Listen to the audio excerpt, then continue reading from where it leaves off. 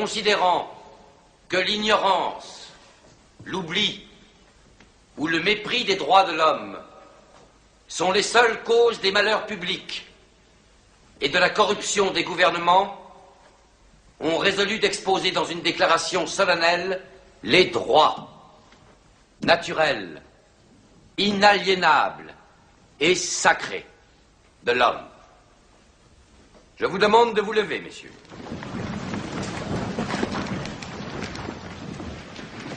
Article 1er. Les hommes naissent et demeurent libres et égaux en droit. Les distinctions sociales ne peuvent être fondées que sur l'utilité commune. Ces droits sont la liberté, la propriété, la sûreté et la résistance à l'oppression. Le principe de toute souveraineté réside essentiellement dans la nation. La loi n'a le droit de défendre que les activités nuisibles à la société. Tout ce qui n'est pas défendu par la loi ne peut être empêché. La loi est l'expression de la volonté générale. Tous les citoyens étant égaux à ses yeux, sont également admissibles à toute dignité, place et emploi public. Nul homme ne peut être accusé, arrêté, ni détenu que dans les cas déterminés par la loi.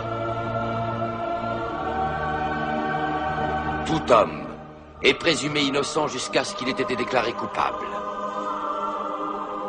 Nul ne doit être inquiété pour ses opinions, même religieuses.